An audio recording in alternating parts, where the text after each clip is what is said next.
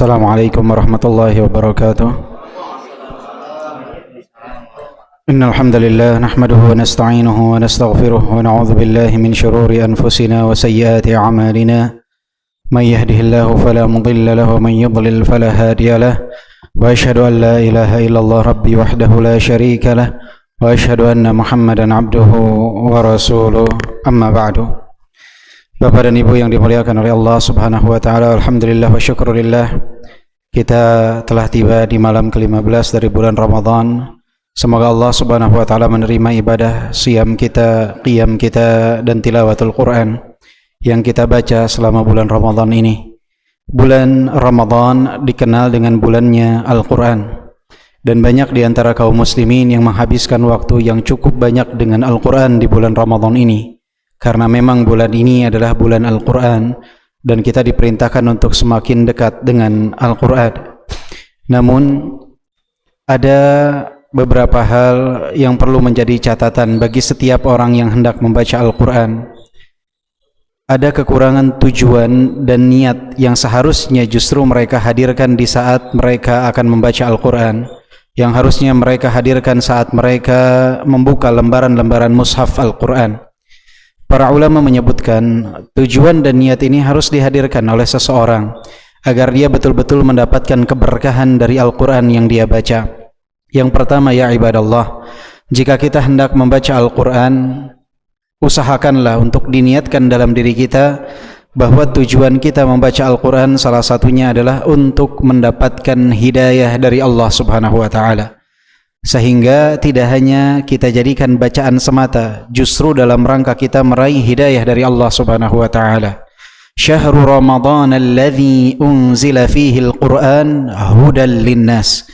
Bulan Ramadan adalah bulan yang diturunkan di dalamnya Al-Qur'an hudan linnas, sebagai petunjuk bagi manusia. Dan tingkat hidayah yang didapat oleh seorang hamba sangat bergantung kepada kadar dia dalam mentadaburi Al-Quran.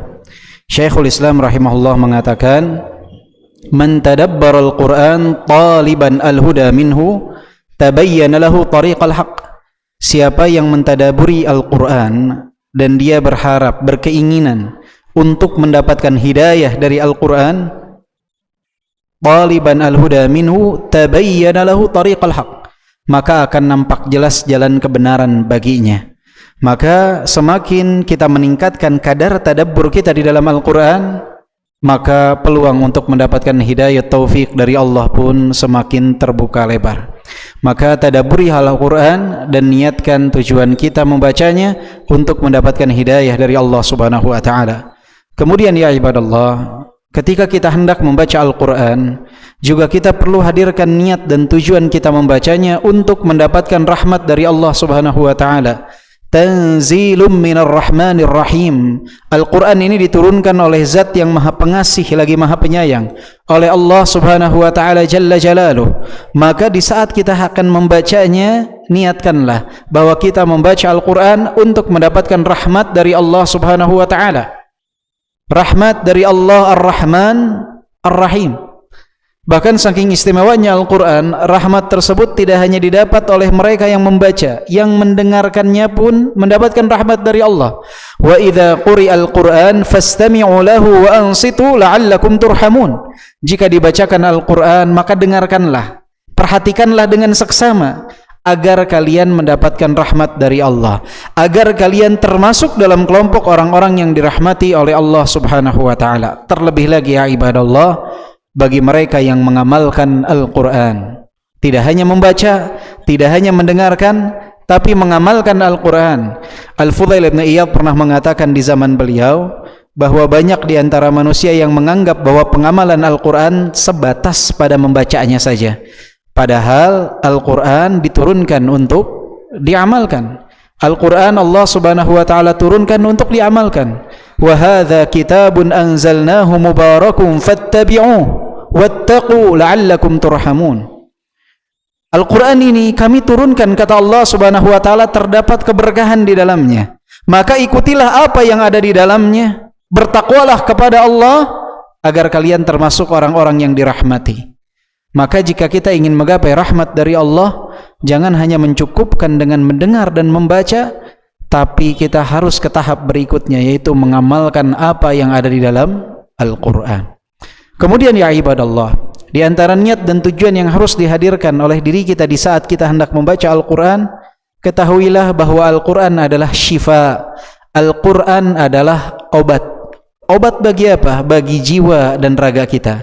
Wa nunazzilu minal Qur'ani ma huwa shifaa'u wa rahmatul lil mu'minin.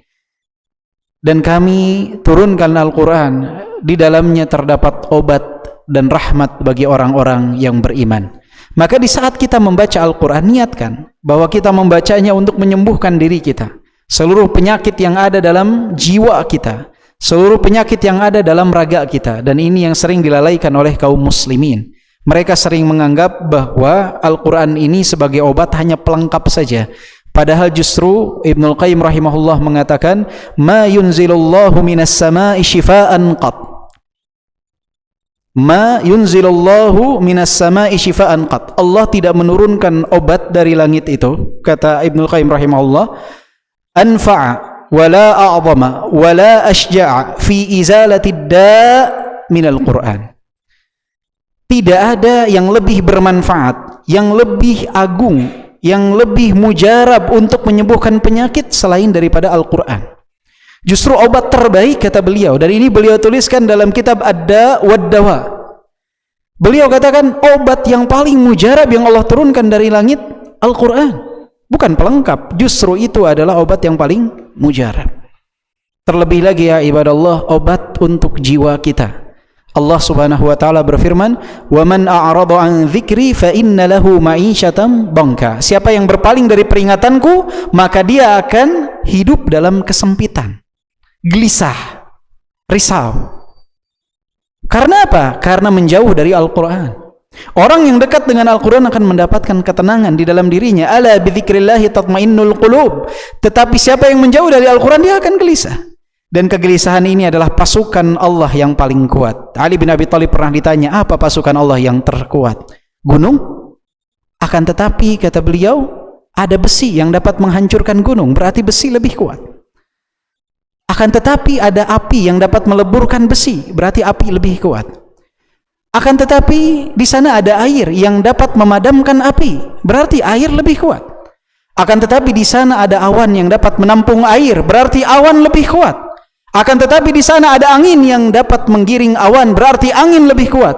Akan tetapi di sana ada manusia yang dapat menahan dan memanfaatkan angin, berarti manusia lebih kuat. Akan tetapi di sana ada rasa kantuk yang dapat mengalahkan manusia yang terkuat sekalipun akan kalah dengan rasa kantuk. Berarti rasa kantuk adalah pasukan Allah yang terkuat. Akan tetapi di sana ada kegelisahan yang dapat mengalahkan rasa kantuk.